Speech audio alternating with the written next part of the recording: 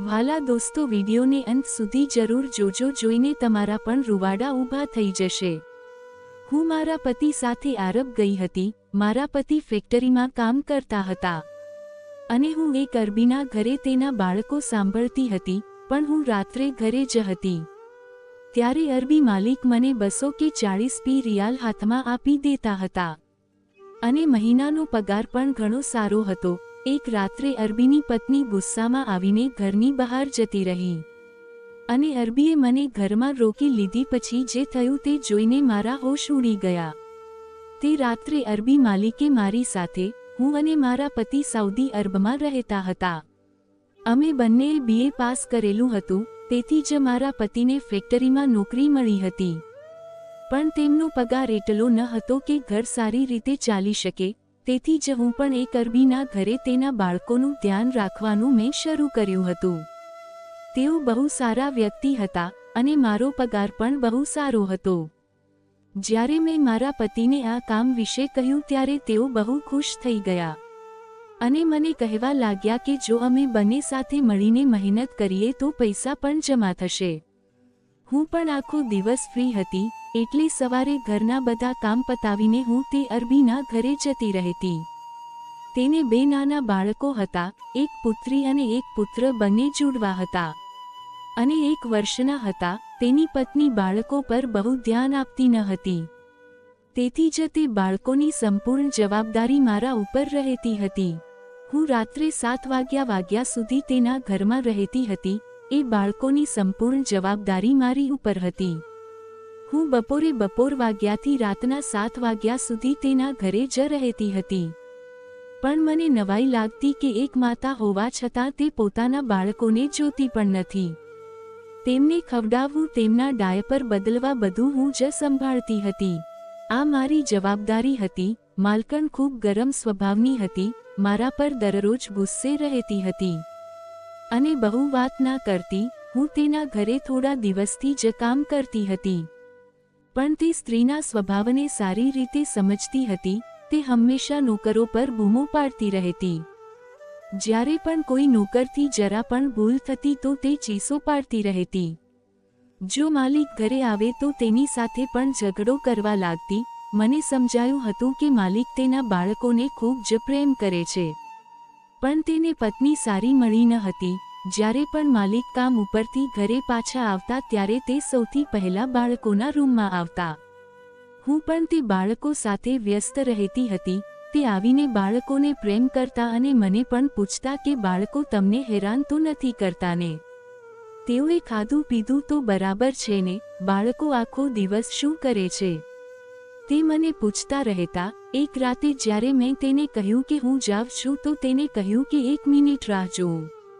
પછી તેને ખિસ્સામાંથી તેનું પર્સ કાઢીને મને 100 રિયાલ આપી દીધા। આ જોઈને હું ચોંકી ગઈ હતી। તેને મારો પગાર પણ બહુ સારો રાખ્યો હતો અને 100 રિયાલ ઓછા પૈસા નથી। મેં માલિક સામે એક નજર કરી। મારી નજરમાં હેરાની હતી। તેને કહ્યું કે આ રાખો, તે તમારા ઉપર ઉપયોગી થશે। મેં કહ્યું ના માલિક, તમે મને જે પગાર આપો છો તે પણ ઘણો છે। તે મારી વાત સાંભળીને સહજ હસીને કહ્યું, આ હું મારી ખુશીથી આપું છું, આ તમે રાખો। એ પૈસા મેં મારા પર્સમાં રાખ્યા અને હું ફરી જવા લાગી। હું દરવાજા પાસે પહોંચી તો તેને મને કહ્યું કે સાંભળો, આ વાત તો તમારી માલકણને ન કહેતા કે મેં તમને આટલા બધા પૈસા આપ્યા છે। આ સાંભળીને હું થોડી વાર માટે વિચારોમાં ખોવાઈ ગઈ હતી। પછી મેં હા પાડી અને રૂમની બહાર આવી ગઈ, પણ મને ખબર નથી કે કેમ તે રાત્રે મને બહુ બેચેની લાગતી હતી। એક તો એ માલિકે મને 100 રિયાલ આપ્યા હતા અને બીજી તરફ કહ્યું કે તેની પત્નીને આ વાતની ખબર ના પડવી જોઈએ। આ બંને બાબતો મારા મગજમાં ફરતી હતી। પછી મેં વિચાર્યું કે માલકીન થોડી ગુસ્સાવાળી છે, આટલા માટે કહ્યું હશે। પણ ચોંકાવનારી વાત એ છે કે બીજા દિવસે માલિકે મને 400 રિયાલ આપ્યા હતા। પણ આ વખતે હું વિચારવા લાગી કે માલિક મારી ઉપર આટલા દયાળુ કેમ થાય છે? પણ મેં કહ્યું કે મારે આ રિયાળ નથી જોતા, દરરોજ તમે મને આટલા મેં રિયલ કેમ આપો છો? પછી તે મારા ચહેરાને ખૂબ જ ધ્યાનથી જોઈ રહ્યા હતા। તેઓએ કહ્યું કે તમે તમારા બાળકોનું ધ્યાન રાખો છો, તેથી જ મેં કહ્યું એ તો મારી ફરજ છે અને હું તમારી પાસેથી તેના પૈસા પણ લઉં છું. તે દિવસે મેં તેની પાસેથી કોઈ પૈસા લીધા ન હતા અને ઘરે પાછી આવી ગઈ હતી. પરંતુ બીજા દિવસે જ્યારે હું બાળકોની સંભાળ લેવા માટે ગઈ ત્યારે જોયું કે માલિક તેના કામ માટે બહાર ગયા ન હતા, પરંતુ બાળકો સાથે ઘરે હતા. જ્યારે હું પહોંચી તો તેમને કહેવા લાગ્યા કે આટલા મોડા કેમ આવ્યા છો? તમે જાણો છો કે મારા બંને બાળકોને તાવ આવે છે. તેના અવાજમાં થોડી ચિંતા હતી અને તે થોડા મોટા અવાજે પણ બોલ્યા હતા. મેં ગભરાઈને જ્યારે ઘડિયાળમાં જોયું તો 12 વાગ્યા હતા અને હું આ જ સમય આવતી હતી. મેં કહ્યું હું મારા સમય પ્રમાણે જ આવી છું. પછી તેણે મને કહ્યું કે હું તમને તેના જ પૈસા આપું છું, તેથી તમે મારા બાળકોની વધુ કાળજી લો. તેમને સવારથી તાવ આવી ગયો છે અને તેમની માતા તેમની ચિંતા કરતી નથી, પરંતુ મેં તમને એટલા માટે રાખ્યા છે કે મારા બાળકોની સારી સંભાળ થઈ શકે. શું તમે 1:15 આવો અને મારા બાળકો અહીં માંદગીમાં રડતા રહે? છોકરી તો સૂતી હતી, પણ તેનો દીકરો રડી રહ્યો હતો. મેં ઝડપથી માલિક પાસેથી તેને લીધો અને મારા ખોળામાં સુવડાવ્યો. બંને બાળકો મારાથી ખૂબ જ જોડાયેલા હતા. જેવો તે બાળક મારા ખોળામાં આવ્યો કે સાવ ચૂપ થઈ ગયો. મેં તેને દિલથી લગાડ્યો અને તેના કપાળ પર એક કીચું કર્યું. તે તાવમાં ગરમ હતો. મેં કહ્યું કે તમારે મારી રાહ જોવાને બદલે આ બાળકોને ડોક્ટર પાસે લઈ જવા જોઈએ. જુઓ બાળકોને કેટલો તાવ છે. મારી વાત સાંભળીને તેને પોતાના કપાળ પર હાથ માર્યો અને કહ્યું કે મારી બુદ્ધિ કામ કરતી નથી. ખરેખર મારે તેમને ડોક્ટર પાસે લઈ જવા જોઈએ. તેને તેની દીકરીને ખોળામાં લઈ લીધી અને કહ્યું કે મારી સાથે આવો, આપણે તેનું ડોક્ટર પાસે ચેકઅપ કરાવી લઈએ. તો મેં તેને કહ્યું કે તમે મને કેમ લઈ જાવ છો? તમે તમારી પત્નીને તમારી સાથે લઈ જાવ અને માં વધુ સારી રીતે કહી શકે છે. તેને મારી વાત પર થોડું હસીને કહ્યું, માં શું માતા આવી હોય છે?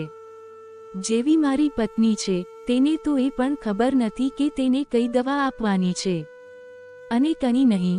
દવા પણ તમારે તેને જ પીવડાવવાની છે અને ધ્યાન પણ તમારે જ રાખવાનું છે. તો તમે જ મારી સાથે ડોક્ટર પાસે આવો. હું રૂમમાંથી માલિક સાથે બહાર આવી કે માલકન ટીવી જોતી હતી અને ચા પણ પીતી હતી. જ્યારે તેને મને માલિક સાથે બહાર જતી જોઈ ત્યારે તેને કહ્યું કે તમે ક્યાં જાઓ છો? બાળકોને શું થયું છે? માલિકે મારા બદલે તેની પત્નીને જવાબ આપ્યો. કહેવા લાગ્યા કે તને ખબર નથી કે તારા બંને બાળકોને તાવ આવે છે. હું તેને ડોક્ટર પાસે લઈ જઈ રહ્યો છું, તો તારે ચાલ આવવું હોય તો આવ. આ સાંભળીને માલકનના ચહેરા પર ગુસ્સો આવી ગયો અને તે કહેવા લાગી કે નાના, મારાથી આ બાળકો નથી સંભાળતા. તમને જ શોખ હતો. એમ કહીને તેને ફરી ટીવીની ચેનલો બદલવાનું શરૂ કર્યું. મને ખૂબ જ નવાઈ લાગી કે એક માં હોવા છતાં તે કેવું બોલી રહી છે. મેં ઘણી બધી બેદરકાર છોકરીઓ જોઈ છે જે લગ્ન પછી અને બાળકો થયા પછી બાળકોની બાબતમાં જવાબદાર બની જાય છે. પણ આ કેવા પ્રકારની માં હતી કે જેને તેના બાળકોની કાંઈ પડી જ ન હતી. માલકણ ખૂબ જ સુંદર હતી, પરંતુ તેના બાળકોની જરા પણ તે ચિંતા કરતી ન હતી. હું છેલ્લા 2 મહિનાથી હું તેના બાળકોની સંભાળ લઈ રહી હતી અને મેં જોયું કે માલકન બસ તૈયાર થઈ અને ફરતી રહેતી, તેના પગની માલિશ કરાવતી. બસ આખો દિવસ નોકરો પાસે તેમની સેવાઓ કરાવતી રહેતી હતી. તે બંને બાળકોને તાવ હતો. મેં આખો દિવસ બાળકોની બહુ કાળજી લીધી હતી. એકને દવા આપતી તો બીજો રડવા માંડે અને બીજાને સુડાવું તો પહેલો જાગી જાય. તાવમાં બંને બાળકો સાવ હેરાન થતા હતા, પણ આજે હું સાવ થાકી ગઈ હતી. જ્યારે માલિક આવ્યા ત્યારે મેં ઘરે જવાની પરવાનગી માંગી. ત્યારે તેને કહ્યું કે મને પણ આ યોગ્ય નથી લાગતું, પણ હું પણ લાચાર છું. જો તમે આજની રાત મારા બાળકો સાથે રહેશો તો મારા ઉપર તમારો મોટો ઉપકાર રહેશે. મેં કહ્યું કે મારો પતિ 9 વાગ્યે પાછો આવી જાય છે, તો મારે તેના માટે જમવાનું પણ બનાવવાનું છે. આ સાંભળીને માલિકના ચહેરા પર વિચિત્ર ભાવ આવી ગયો. તેને કહ્યું કે શું તમે પરણિત છો? મેં કહ્યું હા. તો મારો જવાબ સાંભળીને માલિકનો ચહેરો પડી ગયો અને તેને પોતાના ચહેરાનો ભાવ બદલી નાખ્યો હતો અને કહેવા લાગ્યો કે તમે તમારા પતિને કહેશો કે તમને એક રાત અહીં રહેવા દે, કારણ કે મારામાં તેમને સંભાળવાની ખૂબી નથી. હું કેવી રીતે તેને આખી રાત સંભાળી શકીશ? અને તમે તેમની દવા વિશે સારી રીતે જાણો છો. મેં કહ્યું કે ઠીક છે, હું મારા પતિને પૂછીશ. મેં મોબાઈલ ઉપાડ્યો અને મારા પતિને ફોનમાં કહ્યું તો તેને કહ્યું કે વાંધો નહીં, તું આજની રાત ત્યાં રોકાઈ જા, ખાવા પીવાની વ્યવસ્થા જાતે હું કરી લઈશ. હું આખી રાત બાળકોની સંભાળ રાખતી રહી અને બીજી સાંજ સુધીમાં બાળકો સંપૂર્ણ સ્વસ્થ થઈ ગયા. પછી જ્યારે હું પાછી જવા લાગી ત્યારે માલિક મારા હાથમાં 500 રિયલ આપવા લાગ્યા. મેં પૂછ્યું કે તમે મને આટલા બધા પૈસા કેમ આપી રહ્યા છો? તો તેને કહ્યું કે તમે મારા બાળકોને ખૂબ જ મુશ્કેલ સમયમાં સાથ આપ્યો છે. આના પર તમારો અધિકાર છે. મહેરબાની કરીને તમારી પાસે આ રિયાલ રાખો. મેં કહ્યું કે તમે પૈસાથી કેમ મારી મમતાને તોલો છો? હા, હું કબૂલ કરું છું કે આ મારા સગા બાળકો નથી, પરંતુ હું તેમને હંમેશા મારા બાળકોની જેમ ચાહું છું. એટલા માટે તમે તમારા પૈસા તમારી પાસે રાખો. મારે તેમની જરૂર નથી. આટલું કહીને હું બહાર નીકળી ગઈ. મારા લગ્નને 4 વર્ષ વીતી ગયા હતા, પણ મને કોઈ સંતાન ન હતું. લગ્ન પછી તરત જ હું ગર્ભવતી થઈ ગઈ હતી, પણ મારા પતિ મારી સામે હાથ જોડીને કહેવા લાગ્યા કે તું જાણે છે કે મારો પગાર કેટલો છે અને આટલા પગારમાં બાળકોનો સારી રીતે ઉછેર કરી શકાતો નથી. ભગવાન ખાતર તું અત્યારે ગર્ભપાત કરાવી લે, પછી આપણા દિવસો સારા થશે. પછી બાળકો રાખી લઈશું. બાળકોનું શું છે તે તો થઈ જશે. તે સમયે હું ખૂબ રડી હતી. મેં તેને કહ્યું હતું કે બાળક તેનું નસીબ લઈને આવે છે. તમે આવું કેમ વિચારો છો? પણ તે મારી સામે હાથ જોડવા લાગ્યો. સમજ અને મને સમજાવવા લાગ્યા અને કહેવા લાગ્યો કે હું બહુ ચિંતામાં છું અને હજી વધુ ચિંતામાં આવી જઈશ. આટલા માટે તું મારી પરિસ્થિતિને સમજ. તે સમયે મારા પતિ સાઉદી અરબના વિઝા માટે અરજી કરવાનો પ્રયાસમાં વ્યસ્ત હતા. તેથી જ મેં તેમની સલાહ સ્વીકારી. એ પછી અમે સાઉદી આવ્યા પછી મેં તેને ઘણી વખત કહ્યું કે આપણે હવે બાળક કરી લેવું જોઈએ, પણ તે માનતા ન હતા અને કહેતા હતા કે 1 વર્ષ પછી વિચારીશું અને જો સંજોગો સારા થશે તો બાળક પણ કરી લઈશું. આપણે ક્યાં વૃદ્ધ થઈ ગયા છીએ? આપણને સંતાન નહીં થાય. તે હંમેશા મને ટાળતા રહેતા, પરંતુ મારા હૃદયમાં એવું હતું કે ભગવાન મને બાળક આપે.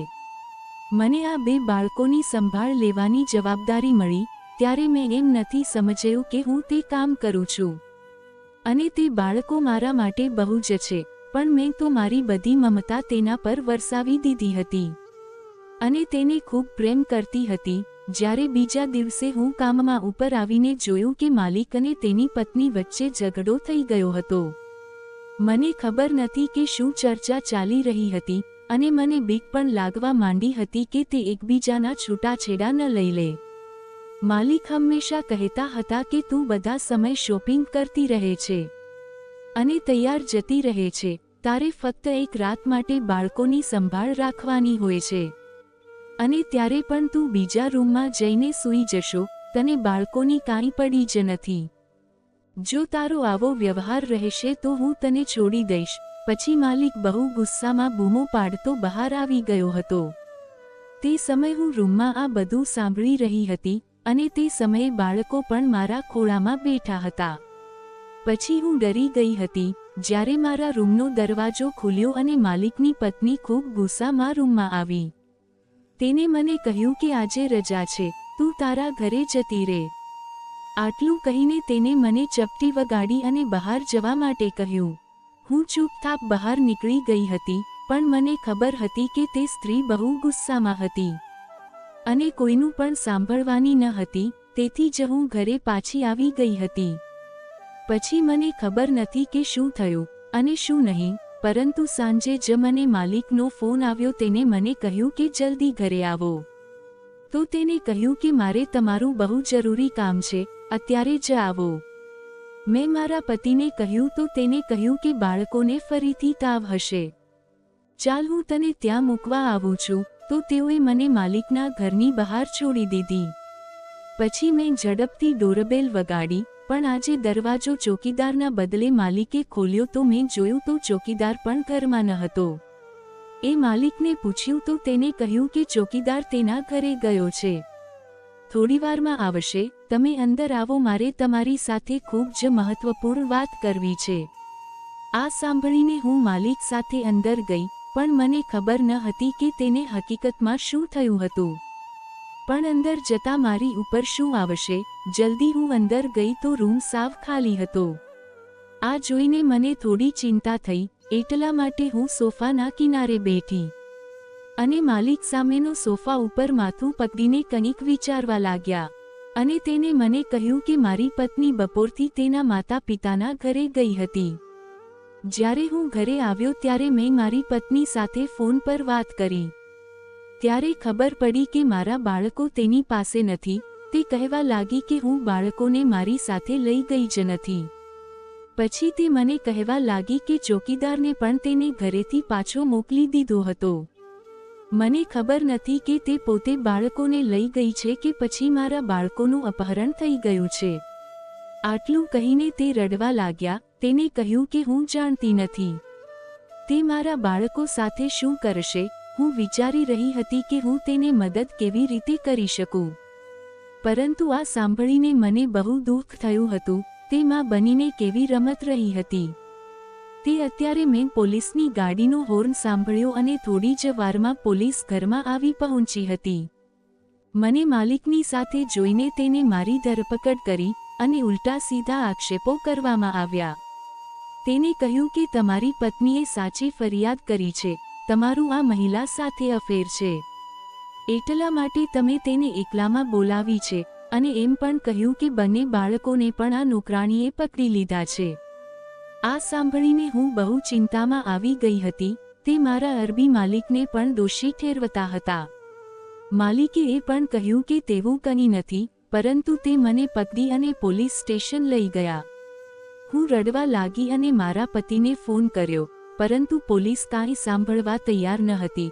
મારા પતિ માલકણ પાસે ગયા અને તેને કહ્યું કે મારી પત્નીએ તમારા બાળકોનું અપહરણ નથી કર્યું અને ન તો માલિક સાથે તેનું અફેર છે. તેથી તેને છોડી દો. તેને કહ્યું કે હું માત્ર એક જ શરતે કેસ પાછો ખેંચીશ. તું તારી પત્નીને લઈને અહીંથી લઈને ચાલ્યો જા, કારણ કે મારા પતિએ મને સ્પષ્ટ કહી દીધું છે કે તે મારા પાસેથી છૂટાછેડા લઈ અને તારી પત્ની સાથે લગ્ન કરશે, કારણ કે એ મારા બાળકોની